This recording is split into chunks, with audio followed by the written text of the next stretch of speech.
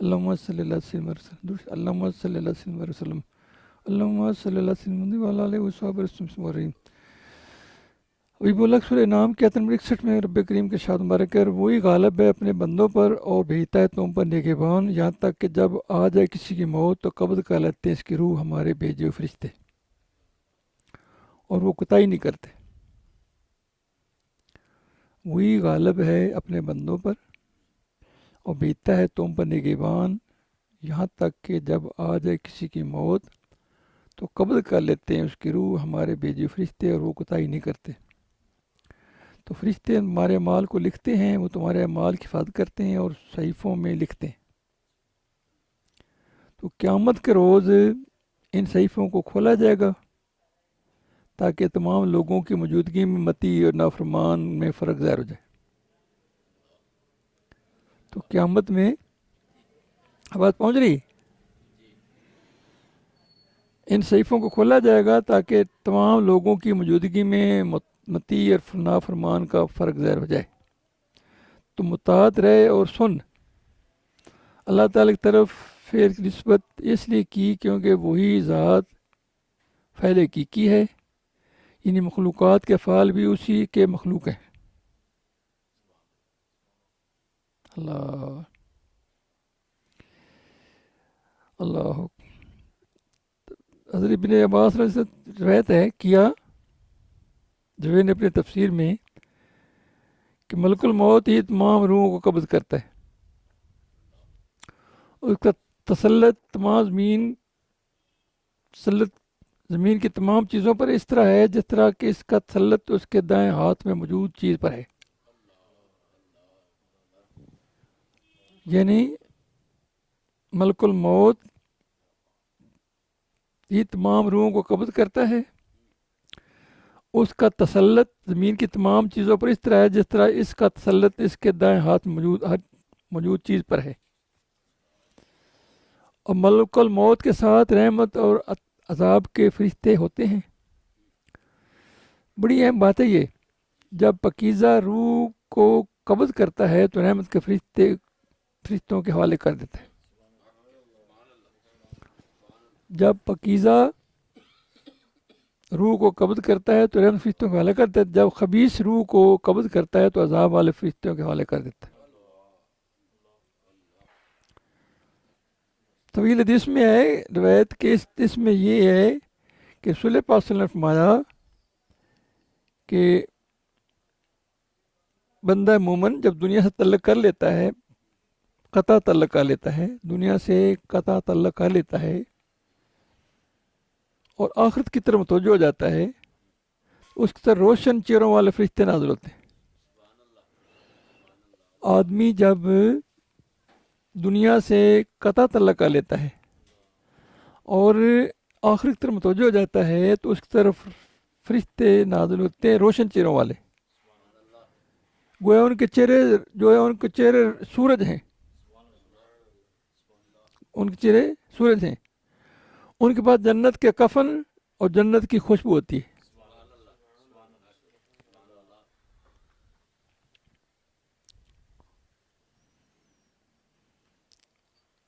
جب وہ مومن بندے جو یعنی دنیا سے قطع تعلق کر لیتا ہے، آخری طرف متوجہ ہوتا ہے، وہ جاتا ہے تو اس کی طرح روشن چہرے والے فرشتے نازل ہوتے ہیں. گویا ان کے چہرے سورج ہیں، ان کے پاس جنت کے کفن اور جنت کی خوشبو ہوتی ہے. وہ حد نگاہ تک بیٹھ جاتے ہیں. پھر ملک الموت آتا ہے، اس کے سرانے بیٹھ جاتا ہے. وہ کہتا ہے پاکیزہ نفس، اللہ کی مغفرت، اللہ اکبر، اور اللہ کی رضوان کی طرف نکلو. اللہ کی مغفرت، اللہ کی رضوان، یہ رضامندی تو نکلو. تو اس کی روح اس کے جسم سے یوں نکلتی ہے جس طرح کہ مشکیزہ سے پانی کا قطرہ نکلتا ہے. اس کی روح اس جسم سے یوں نکلتی ہے جس طرح کہ مشکیزہ سے پانی کا قطرہ نکلتا ہے. کیا یعنی پانی کا قطرہ کیا تکلیف ہوتی ہے مشکیزہ سے نکلنے میں؟ کوئی تکلیف نہیں ہوتی. ملک الموت سے پکڑ لیتا ہے آنکھ جھپکنے کے عرصہ سے بھی قبل. یعنی آنکھ جھپکنے کے عرصہ تک بھی اس کے ہاتھ میں روح نہیں رہتی، کہ یہاں تک کہ دوسرے فرشتے رحمت والے اسے لے لیتے ہیں۔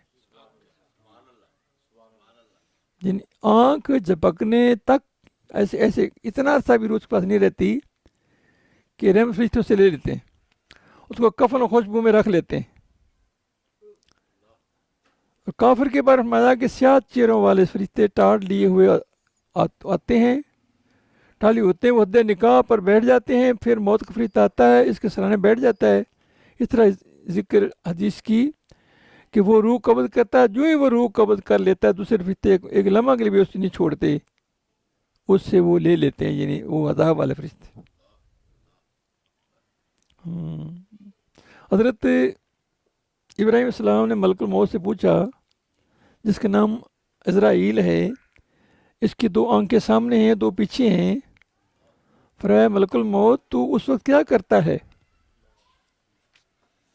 جب ایک نفس مشرق میں، ایک مغرب میں، یا کسی علاقہ میں وبا پھوٹ پڑے، یا 2 لشکر پر لڑ پڑے، مسئلے پیکار ہوں؟ تو اسرائیل نے جواب دیا کہ میں اللہ کے حکم سے ارواح کو بلاتا ہوں، وہ سب میری 2 انگلیوں کے درمیان میں ہے، اور فرمایا زمین اس کے سامنے تشت کی صورت میں رکھ دی گئی ہے، تشت جیسے پلیٹ نہیں ہوتی ایسے، جہاں سے وہ چاہتا ہے کوئی چیز لے لیتا ہے، روح قبض کر لیتا ہے۔ یہ بھی روایت نقل کی گئی کہ حضرت یعقوب علیہ السلام نے جب اسرائیل سے پوچھا تو ملک الموت نے کہا اللہ تعالیٰ میرے لیے زمین کو مسخر کر دیے، یہ تشت کی مانند ہے جو تمہارے سامنے پڑا ہو، تم اس کے جس کونے سے چاہو لے لو، اس طرح دنیا میرے لیے۔ اللہ، ابو النعیم نے مجاہد سے نقل کیا کہ زمین ملک الموت کے لیے تشت کی طرح بنا دی گئی، وہ جہاں سے چاہتا ہے روح قبض کر لیتا ہے۔ یہ میں تمہید باندھ رہا ہوں آپ کے لیے تاکہ ہم کو فکر آخرت پیدا ہو۔ اور جو پیچھے بیان کی کہ مومن کی روح کس طرح نکلتی ہے اور کافر کی، وہ کون فرشتے آتے ہیں، اس سے کیا سلوک کرتے ہیں، جب اس کی جان کیسے نکلتی ہے، اس کی جان کیسے نکلتی۔ یعنی یہاں سے آپ نے یہ غور عمل کرنا ہے کہ ہم نے مومن بننا ہے کہ کافر منافق بننا ہے، کہ صحیح مسلمان بننا ہے، کہ دھوکے باز مکار بننا ہے، کہ نافرمان بننا ہے۔ اس سے عبرت حاصل پکڑنی ہے نا۔ اللہ روح قبض کر لیتا ہے، اس کے مددگار بنائے گئے ہیں جو ارواح کو قبض کرتے ہیں، پھر ملک ان سے روحیں لے لیتا ہے۔ میں کہتا ہوں تفسیر مدنی لکھا ہے نا، اس مسئلہ کی تحقیق حدیث اور اثار کی روشنی میں یہ ہے کہ اللہ تبارک تعالیٰ نے ملک الموت کی طاقت دی ہے کہ وہ تمام زمین اور اس کے اطراف کی طرف برابر تعلق رکھتا ہے، جس طرح کہ سورج چمکتا ہے نا سر، اور اللہ تعالیٰ نے ملک الموت کو اس طرح بنا دیا ہے کہ اسے کوئی بھی کام دوسرے کام سے غافل نہیں کرتا۔ اللہ تبارک تعالیٰ نے اپنے بعض اولیاء کو بھی یہ طاقت بخش دیتا ہے، وہ ایک ان میں مختلف مواقع پر جسم اختیاری کے ساتھ ظاہر ہوتے ہیں۔ اللہ تعالیٰ نے یہی طاقت اپنے بعض اولیاء اللہ کو بھی دی ہے، اللہ، کہ وہ ایک آن میں مختلف مواقع پر جسم اختیاری سے ظاہر کرتے ہیں۔ اللہ تعالیٰ نے ملک الموت کے مظہر بنا دی ہیں جو روحیں قبض کرتے ہیں، یہ فرشتے ملک الموت کے لیے اعضاء کی طرح ہیں۔ ہر مومن یا کافر کی موت کے وقت فرشتوں کی ایک جماعت جنت یا دوزخ کا کفن لے کر نازل ہوتی ہے۔ یہ نہیں سمجھ آ رہی؟ ہر مومن کافر کی موت کے وقت فرشتوں کی ایک جماعت جنت یا دوزخ کا کفن لے کر نازل ہوتی ہے، وہ ملک الموت سے اس کی روح لیتے ہیں اور آسمان کی طرف چلی جاتی ہے۔ وہ اللہ کے حکم کے بعد ہی روحیں قبض کرنے پر قادر ہوتے ہیں، اللہ کے حکم کے بعد ہی۔ طبرانی نے ابو نعیم نے حارث بن خضرت سے نقل کیا کہ رسول پاک نے ایک انصاری کے سرانے ملک الموت کو دیکھا۔ طبرانی ابن مندہ اور ابو نعیم نے حارث بن خضرت سے نقل کیا ہے کہ رسول پاک صلی اللہ علیہ وسلم نے ایک انصاری کے سرانے ملک الموت کو دیکھا۔ دیکھا رسول پاک صلی اللہ علیہ وسلم کو مقام سمجھو نا، اور فرمایا ملک الموت میرے ساتھی کے ساتھ نرمی کرنا کیوں یہ مومن ہے، اب حضور پاک صلی اللہ علیہ وسلم کو اپنے ساتھی بھی یاد ہے، مومن ہونا بھی یاد ہے۔ ملک الموت سے کیا کہہ رہے ہیں؟ اس ساتھ نرمی کرنا، سفارش تو ہو گئی، سفارش تو ہوگی اس کے لیے، یہ مومن ہے۔ ملکت مول نے کہا خوش ہو جائیے اور آنکھوں کو ٹھنڈا کیجئے، جان لیجئے کہ میں ہر مومن کا دوست ہوں۔ اب آپ کو یہ سمجھانا چاہ رہے ہو کہ مومن کا کیا مقام ہے۔ جان لیجئے اور خوش ہو جائیے، آنکھوں کو ٹھنڈا کیجئے، جان لیجئے میں ہر مومن کا دوست ہوں۔ اے محمد صلی اللہ علیہ وسلم جان لیجئے میں ابن آدم کی روح قبض کرتا ہوں تو جب اس کے گھر کا کوئی فرد چیخ ساتھ چلاتا ہے تو میں گھر سے اٹھ کھڑا ہوتا ہوں، جبکہ میت کا روح میرے پاس ہوتا ہے، میں کہتا ہوں چلانے والوں اللہ کی قسم ہم نے اس پر ظلم نہیں کیا ہے، یہ نہ وقت سے پہلے روح قبض کی ہے، نہ اس کی قضاء قدر میں جلدی کی ہے، نہ اس کی روح قبض کرنے ہمارا کو گناہ ہے۔ اللہ تعالیٰ نے جو کچھ کیا ہے اگر تم اس پر راضی ہو جاؤ یعنی صبر کرو تو تمہیں اجر دیا جائے گا، اگر تم ناراض ہوتے ہو تو تم گناہ کمانے والے ہوگے اور تم پر اس کا بوجھ ہوگا۔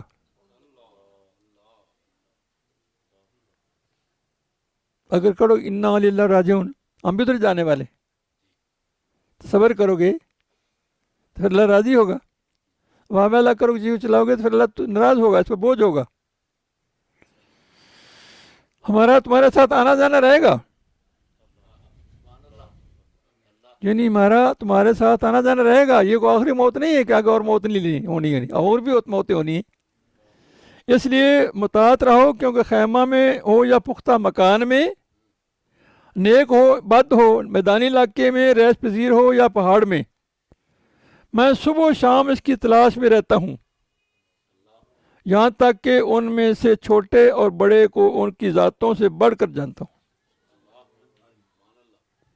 ان ذاتوں سے اللہ کی قسم اگر میں کسی مچھر کی روح کو بھی قبض کرنے کا ارادہ کروں تو میں قادر نہیں ہوتا، یہاں تک کہ اللہ تعالیٰ اس کی روح قبض کرنے اذن عطا فرمائے، قبض کرنے کو اذن فرماتا ہے تو پھر روح قبض کرتا ہوں۔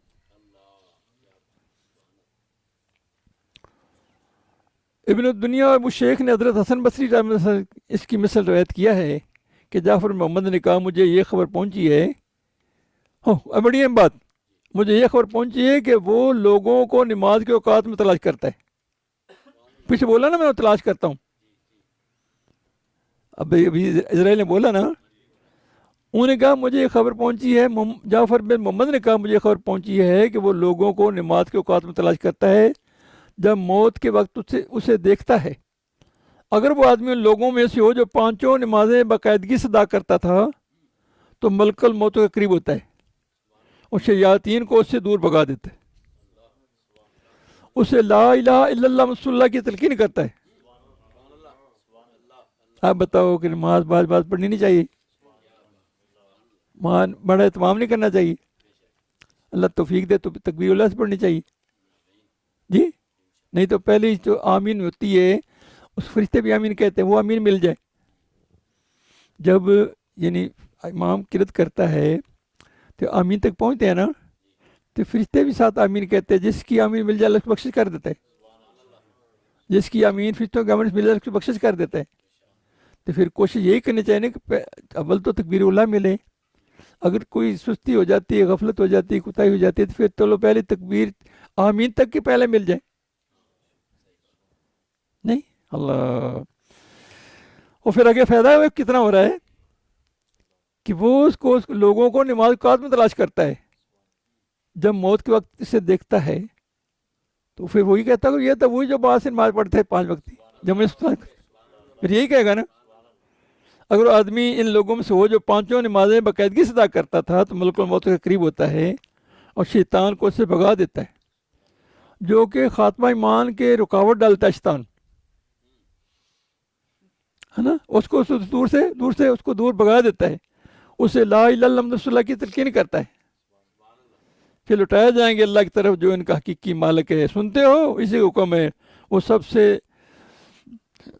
اللہ جلدی حساب کرنے والا ہے۔ اللہ تیز صاف کرنے والا ہے. یہ سورت 62 ہے نام کی نا. اللہ کی طرف لوٹائے جانے سے مراد یہ ہے کہ روزے قیامت انہیں صاحب کے لیے پیش کرنا ہے، یا موت کے بعد انہیں رحمت اور عذاب فرشتے لے جاتے ہیں، جس طرح طویل حدیث میں آیا ہے.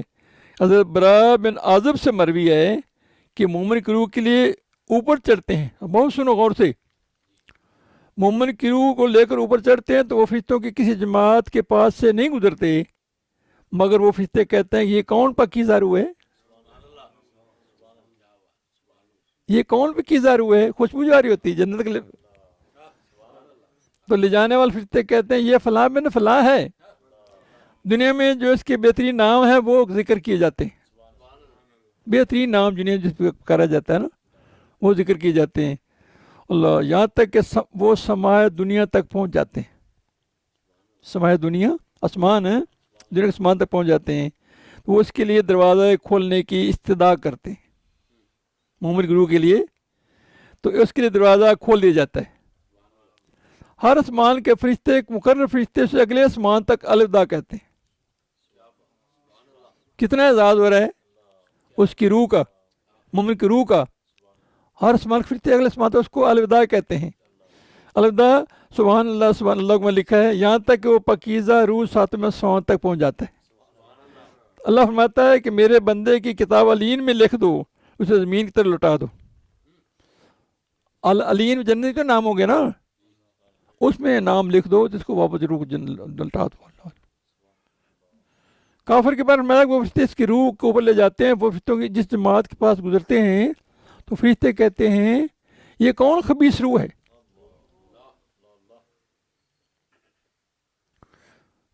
فرشتے جواب دیتے ہیں کہ یہ فلاں میرے فلاں ہے. اور دنیا کے ناموں سے میں سے کا کبھی نام جو ہوتا ہے نا وہ ذکر کرتے ہیں، یہاں تک آسمان تک وہاں دنیا تک پہنچتا ہے. اس کے دروازے کھولنے کی استدعا کی جاتی ہے اور وہ دروازہ نہیں کھولا جاتا. پھر رسول پاک صلی اللہ علیہ وسلم نے یہ تلاوت فرمائی، لا تفتح لهم الابواب السماء الابواب السماء لا تفتح لهم ابواب السماء، کہ اس کے لیے آسمان کے دروازے نہیں کھولے جائیں گے. پھر اللہ تعالیٰ ارشاد فرماتا ہے کہ کی کتاب سے جین میں لکھ دو جو سب سے نچلی زمین میں ہے، تب اس کی روح پھینک دی جاتی. اللہ، حکم اسی کی چلتا ہے، کسی بھی حساب کتاب دوسرے آدمی کے حساب کتاب سے اسے غافل نہیں کرتا. اللہ، حدیث مبارک میں ہے کہ تمام مخلوق کا حساب دنیا کے دنوں کے نصف دن میں مکمل کر دے گا. پھر تیاری کریں اس کو راضی کرنے کی. اللہ کو سمجھا رہی، پھر یہ لازمی ہوگی نا تیاری. اللہ